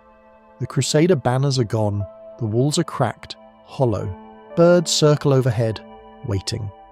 You stand at the northern edge of the ruins as the wind picks up, scattering ash into the air. It coats your face, your tongue, your armour. The taste is bitter, like iron and memory. Behind you, Baybars mounts his horse again. His army forms ranks. When he gives the signal, the banners turn south. The lion has taken his prey, and now he moves on. The city smoulders quietly, its last smoke curling into the dawn. Antioch is no more. When the fires finally die, the Lion of Islam stands over the ashes of what was once the brightest jewel of the Crusader East. The wind that sweeps through Antioch carries the smell of ruin, charred wood, burned oil, and the faint, sickly sweetness of death. In the orange morning light, the city looks less like a place and more like a wound. But for Sultan Baybars al-Bundukdari, it is not a wound, it is a cure. He rides slowly through the rubble, his white horse stepping carefully over blackened stone and shattered shields. Behind him march his emirs and guards, their armour gleaming with soot-streaked polish, their banners trailing smoke. The roads are unrecognisable. The palaces have turned to skeletons. Only the citadel, now stripped of its crosses, still stands like a monument to inevitability. Baybars halts in the marketplace, the same square where, 170 years earlier, the Crusaders had celebrated their own conquest, shouting Deus vult as the city bled. Now the Sultan sits in the same spot and listens to the same wind, empty and full of ghosts. He dismounts. The soldiers part before him. A carpet is spread on the scorched ground, and a Qadi steps forward with a Quran wrapped in green silk. The Sultan kneels, his head bowed, and the Qadi begins to recite verses of thanksgiving. The sound carries softly through the ruin. Truth has come, and falsehood has perished. Indeed, falsehood is bound to perish. When the prayer ends, Baybars rises. He does not smile. His expression is cold, composed, and remote. The look of a man who has fulfilled a promise too long in the making to feel joy. He turns to his emirs. "Send word to Cairo," he says. "Tell them Antioch has fallen. Tell them Islam's frontier is secure once more." A scribe kneels beside him, ink and parchment ready. Baybars dictates his victory letter carefully, each phrase deliberate, his tone neither boastful nor gentle. Praise be to God, who has granted victory to his servants. The city of Antioch, the head of the Frankish unbelievers, has been conquered. Its churches have been cleansed, its idols cast down. The walls that defied the armies of the faithful are now dust beneath their horses' hooves. Let the people of Islam rejoice, for God has kept his promise. The scribe seals the letter and rides for Damascus within the hour. Across the Middle East, the news spreads like fire through dry grass. In Cairo, the great mosque of Al-Azhar erupts in celebration. Scholars chant the takbir, muezzins cry out from the minarets. Poets compose verses in Baybars' honour. The lion has devoured the cross. In Damascus, merchants close their shops for a day of feasting. In Aleppo, the imams lead processions through the streets, praising the Sultan as the sword of God's justice. In Jerusalem, pilgrims kneel and weep, not in sorrow but in gratitude. For the first time since the First Crusade, every coastal fortress north of the Holy City lies in Muslim hands. But in Europe, the news lands like thunder. Messengers reach Tripoli, where Prince Bohemond VI reads Baybars' letter by candlelight. The wax seal is black. The parchment smells faintly of smoke. As he reads, his hands begin to tremble. The letter is not long, no gloating, no theatrics, just cold facts. Antioch is fallen, its men are dead, its women taken. You were not there, Bohemond drops the scroll. His wife, the daughter of the Armenian king, stands in the doorway, silent, pale. She already knows. From the coast, she can see the smoke, a red smear on the horizon. In Rome, the Pope receives the news days later. He weeps openly in his chambers. "The cradle of Christendom in the East is lost," he murmurs. "The Frankish dream is over." He calls for a crusade, but the words fall into silence. No army answers. Europe is too fractured, too tired, too far. In Venice and Genoa, the merchants react differently. They mourn briefly, then begin negotiating new trade pacts with Baybars' envoys. Commerce, after all, flows even where faith drowns. Back in Antioch, the Sultan's triumph continues in measured dignity. Baybars is not a man of excess. He allows no drunken celebrations, no desecration of the dead. Instead, he orders his men to bury the fallen and clear the ruins. The mosques are rebuilt where churches once stood. The Cathedral of St. Peter becomes a madrasa, its walls washed, its frescoes plastered over with verses of scripture. One of his generals, a veteran from Aleppo, kneels beside him as they overlook the city from the citadel. "Majesty," he says, "the Franks will call you a butcher." Baybars' eyes narrow slightly. "And history will call me a builder." It always depends on who writes the scroll he watches as the Mamluk engineers begin their work, rebuilding the gates, mapping the riverfront, laying plans for a garrison that will ensure no Crusader ever rises again in these hills. "The stone remembers," he murmurs. "Let it remember who commands it now." The next morning he rides to the northern gate, where a column of captured Franks stands in chains. Some are knights, others mere townsfolk. They bow their heads as he passes, expecting death. Baybars halts, studies them, and then gestures to his guards. Release the children, he says. Let them be sent to Cairo. They will grow up knowing truth instead of lies. The men are less fortunate. Many are executed, others sold into slavery. It is not mercy, but it is order. And in Baybars' world, order is holiness. When his work is done, he calls for his horse and rides out through the southern gate. Behind him, the banners of the Mamluk Sultanate ripple in the sunlight. Before him, the road to the coast stretches long and silent. He looks back once, just once, at the smouldering city. The walls are already half repaired, the smoke rising gently in columns like incense. Antioch, he says quietly. 200 years they held you, and now you return to God. His army begins the march south, banners snapping in the wind. The drums beat a slow, steady rhythm, not the thunder of war anymore, but the measured cadence of triumph. From the sea, sailors watching from their ships see the smoke fading into the pale blue sky. One of them whispers, "It is done." Another, older, shakes his head. Nothing that burns so bright ever truly dies. They are both right. By dusk, the horizon is clear. The ashes of Antioch drift into the clouds, carried toward the same winds that once brought Crusaders east. In Cairo, the poets will call it a victory divine. In Europe, the monks will call it the end of an age. And in the silence between the two, the land itself simply exhales, a sigh 2 centuries long. The gates of Antioch close for the last time. When the news of Antioch's fall crossed the Mediterranean, it travelled faster than ships, faster than letters. It moved like a chill in the bones of Christendom. Every port where the story landed carried the same whispers. The city is gone. The Franks are finished. Baybars has taken it all. In Tripoli, the messenger arrived first. The man was half mad from the journey, clothes torn, eyes hollow from what he'd seen. He carried no banners, only a scroll sealed in black wax. When the guards brought it to Prince Bohemond VI, the court fell silent. The prince broke the seal with trembling fingers, and the stench of smoke seemed to rise from the parchment itself. The letter was brief, cruelly calm, Baybars' victory proclamation. Bohemond read it aloud, his voice cracking on the final line. "If you doubt me, look east. The smoke that darkens your skies is your city." No one spoke. The chamber echoed with the faint sound of surf beyond the palace walls. Bohemond dropped the scroll, staring through the window toward the horizon. It was true. Even from Tripoli, a dark haze lingered over the sea, a reminder of what used to be Antioch. His wife, the Armenian princess Sibylla, stood beside him.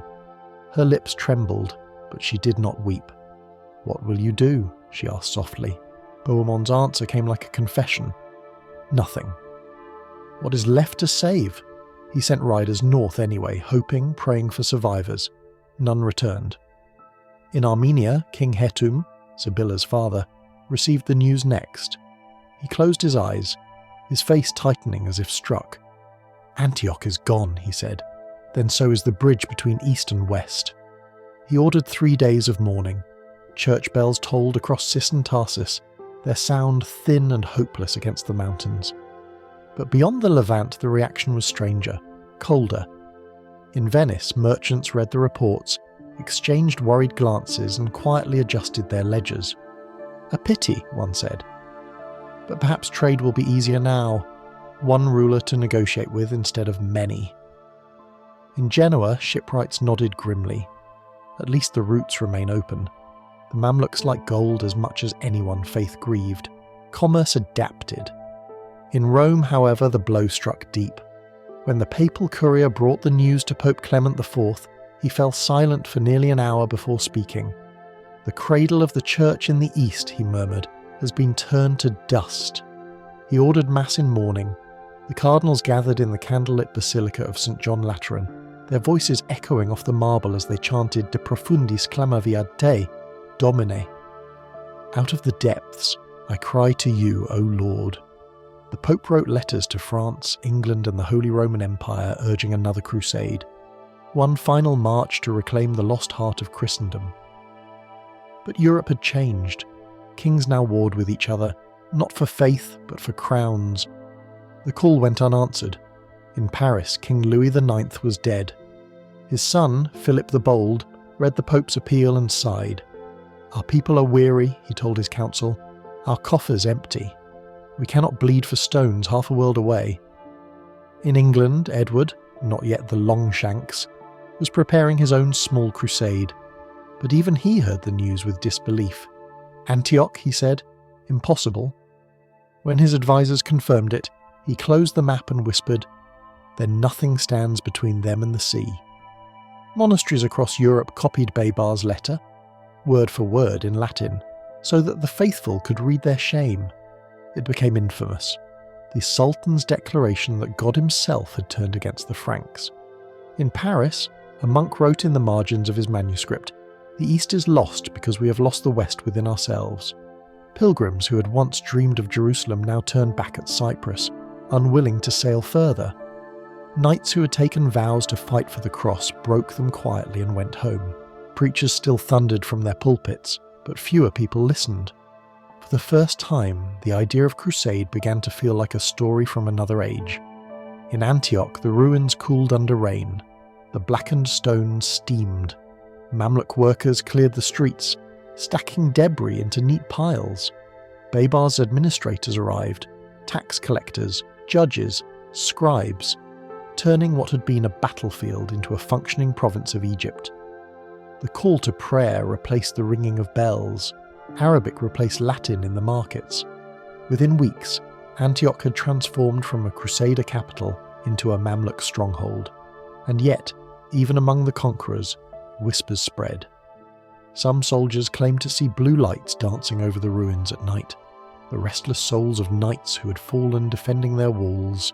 Others swore that when the wind blew from the west you could still hear the echo of Latin hymns. But the Sultan had no patience for ghosts.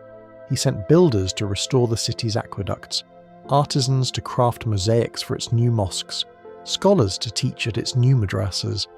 His empire was not built for superstition, it was built for permanence. Back in Europe, permanence was what everyone feared they had lost. In London, rumours turned to sermons. "Jerusalem has avenged herself," cried one friar. "God's wrath burns in the east because we have grown fat and faithless in the west." Crowds wept, shouted, then went back to their daily lives. In Marseille, the ports filled with refugees, merchants, monks, widows, all telling the same story. The walls breached, the towers fallen, the Lion of Islam riding through smoke. Their tales grew with each retelling. By the time they reached Paris, Antioch had become myth, its destruction the stuff of divine apocalypse.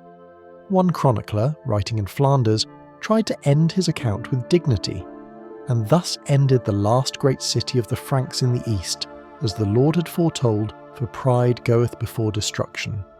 But another, writing in Venice, was less resigned. They burned Antioch, yes, but they cannot burn memory. The sea still carries our breath, and the wind still bears our name. It was a beautiful lie. By the year's end, no crusading armies gathered, no banners unfurled. The Pope's call faded into parchment and dust. Europe had moved on, to trade, to politics, to plague, to power. The dream of holy conquest lay buried in Antioch's ashes. And somewhere, far to the south, Baybars rode through the streets of Cairo beneath garlands of flowers, greeted as a saviour, trumpets blared. Scholars recited poems in his honour, children threw rose petals at his horse's hooves. He smiled once faintly and said to his vizier, "They cheer for me now, but they will forget the lesson." "What lesson, Majesty?" "That faith without humility ends in fire." The vizier bowed, but the crowd's cheers drowned the words. The West never heard them at all. After the flames of Antioch died and the vultures finished their work, Syria exhaled. The land that had been trampled by Crusaders and Mongols, by emirs and kings, began to remember itself, not in peace, but in exhaustion.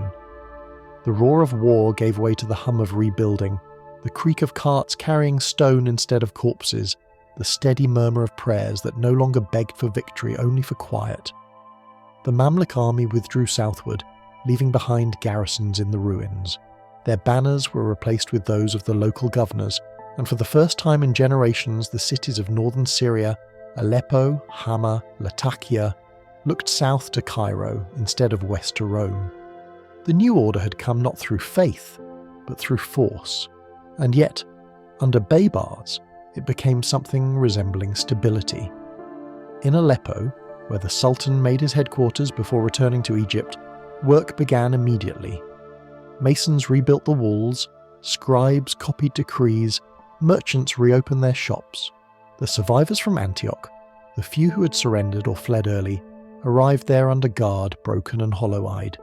Some were ransomed by the Armenians or by merchants from Cyprus. Others were sold in the slave markets. The most fortunate were sent to Cairo, where Baybars decreed that they should be resettled as labourers rather than executed. It was his version of mercy, useful, economical, efficient. You walk through the rebuilt streets of Aleppo and hear 3 languages in every market: Arabic, Armenian, Greek.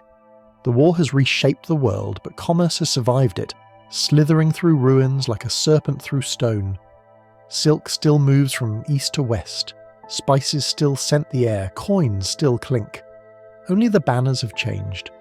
In the countryside, villages once razed by Mongol raids are reoccupied. Farmers return to charred fields and dig beneath the ashes to find soil still fertile. The Orontes River, which once carried Crusader galleys, now carries barges of timber and grain for the Mamluk granaries. The same river that witnessed the blood of knights now reflects the slow, steady rebuilding of a world that no longer believes in eternal war, but can't yet imagine eternal peace. Still, reminders of the past linger everywhere. The ruins of Antioch remain, a vast scar on the northern frontier. The Sultan forbids its reconstruction. "Let the stones lie," he decrees. "Let the ruins speak." He appoints a small garrison there, led by a trusted emir named Ademir, with orders to patrol the ruins and ensure no Franks or Armenians attempt to return. At night, the soldiers camp among the blackened foundations. They swear they hear footsteps, voices, the clang of phantom bells. One guard claims he saw a knight walking the walls in moonlight, armour shining though no fire burned. Ademir laughs it off, but when his men ask if he sleeps easily, he does not answer. Meanwhile, Baybars rides south with his army, greeted as a hero in every town he passes. The people call him Al-Malik al-Zahir, the victorious king. Poets recite verses that paint him as the saviour of Islam. Children are named after him. Coins bear his lion emblem. In Damascus, banners of gold and black hang from the minarets, and the Sultan prays in the Umayyad Mosque, thanking God for what he's achieved. He speaks to the people from the mosque's great courtyard. The invaders who defied the will of God for 200 years have been cast out, he declares. The land is ours again. But victory is not given to those who forget justice. So I will rule not with vengeance, but with law. And true to his word, he begins to rebuild the administration of the north. Governors are appointed to oversee trade and taxation. Roads are repaired, water channels restored. Caravan routes from Damascus to Aleppo flourish again under Mamluk patrols, safe for the first time since the Mongol incursions. Yet, beneath the surface, the ground still smoulders.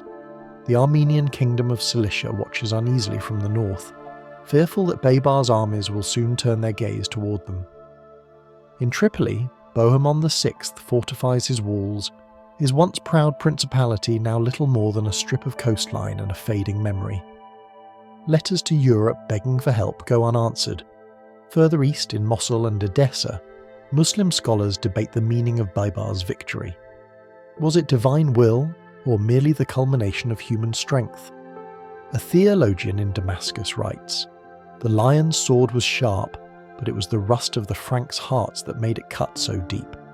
Meanwhile, Christian chroniclers who escaped Antioch write their own versions, fragments scrawled on parchment smuggled to Cyprus or Acre.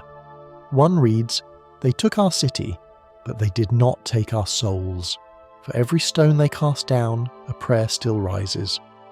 Another writes bitterly, "We built castles on borrowed faith. When the debt was due, God himself collected.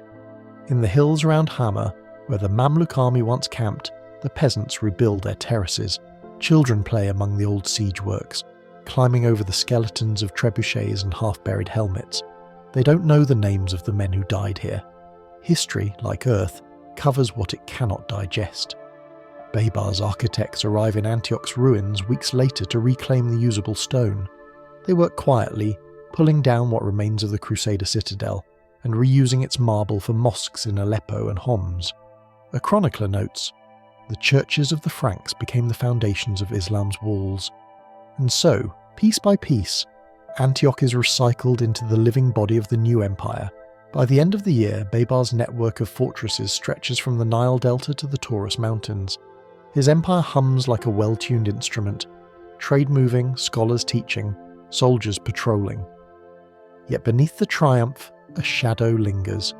Those who fought beside him whisper that victory has not softened the Sultan, only hardened him. He trusts no one. He sleeps little. One night, while camped outside Homs, Baybars summons his vizier.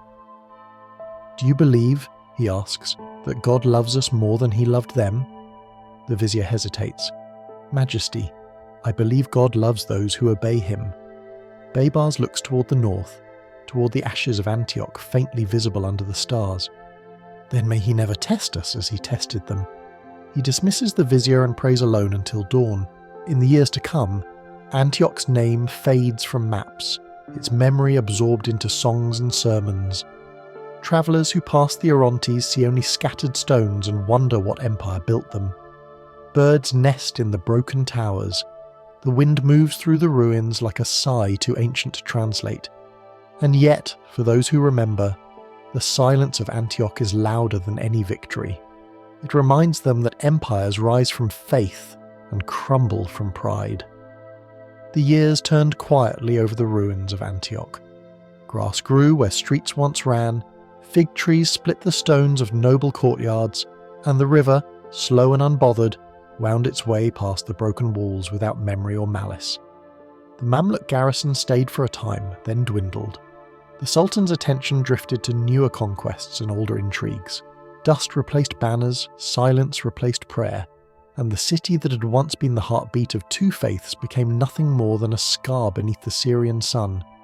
Travellers still came, of course. Merchants on their way to Aleppo would rest their camels in the shade of ruined towers. Pilgrims from Armenia, risking the Sultan's wrath, would cross the river at dawn to kneel among the stones and whisper Latin psalms. Scholars from Cairo made sketches of the collapsed gates, tracing the outlines of Crusader carvings already half buried by silt. One of them, writing years later, described Antioch as a city turned inside out, its history exposed like ribs picked clean by time. By the middle of the 14th century, no one lived there at all. The last wells filled with sand, the old cisterns dried.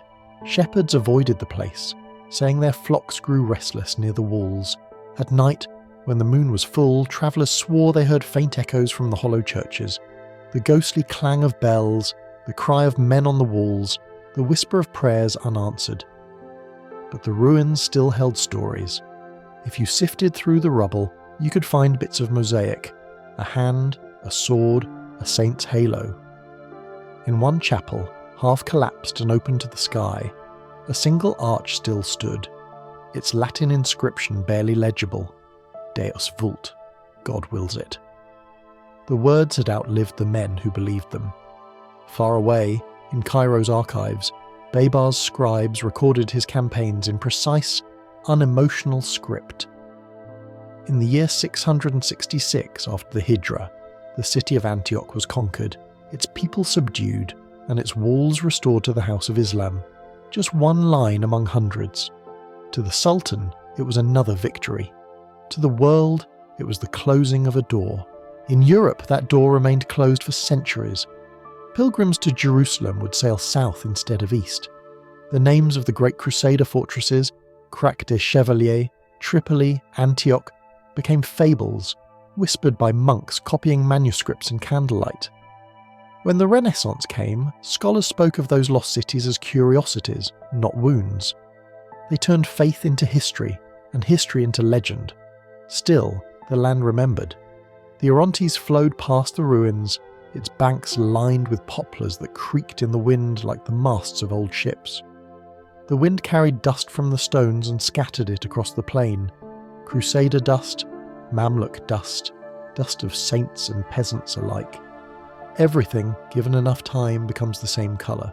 Sometimes, when the sun sets low and gold, the light catches on the fragments of marble scattered through the grass, and the city seems to shimmer, just for a moment, as if awakening from its long sleep.